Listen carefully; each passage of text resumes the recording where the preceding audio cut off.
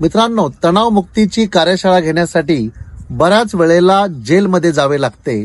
अशीच एक कार्यशाळा संपल्यानंतर एक कैदी जवळ आला, म्हणाला, सर मी लाकडं फोडत होतो. लाकडं फोडताना जोरात फटका बसला, एक लाकडाचा टवका उडला आणि बाजूने एक माणूस चालला होता, त्याच्या डोळ्यात तो घुसला, त्याचा डोळा गेला आणि मला इथं जेलमध्ये टाकलेले. सर मी काय जाणून बुजून केलं का हो? माझ्यावर अशी वेळ का आली? म्हणून तो रडू लागला. मी त्याला जवळ घेतलं आणि समजावून सांगितलं, मित्रा, बुद्धी ज्या ठिकाणी थांबते त्या ठिकाणी अध्यात्माला सुरुवात होते.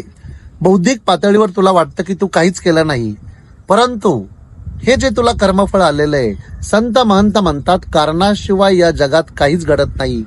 माझ्या अभ्यासानुसार कुठल्या तरी जन्मामध्ये तू असं काहीतरी काम केलेलं आहे जे शिक्षेस पात्र होतं, परंतु त्यावेळेला ओळख, पैसा, पाणी, इतर गोष्टीचा वापर करून भौतिक जगामध्ये तू त्या शिक्षेपासून वंचित राहिलेला आहेस.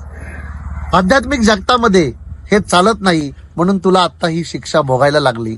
आणि ज्या माणसाचा डोळा फुटला त्या माणसाने कुठल्या तरी जन्मामध्ये कुणाच्या तरी डोळ्याला अशी इजा केलेली आहे, त्याचं फळ म्हणून या जन्मात त्याच्या डोळ्याला इजा झालेली आहे. मित्रांनो, कारणाशिवाय या जगात काहीच घडत नाही. आता आपण लेटेस्ट अभ्यास केला तर एक चहा विकणारी व्यक्ती या देशाची पीएम होते, एक रिक्षा चालवणारी व्यक्ती या देशाची सीएम होते.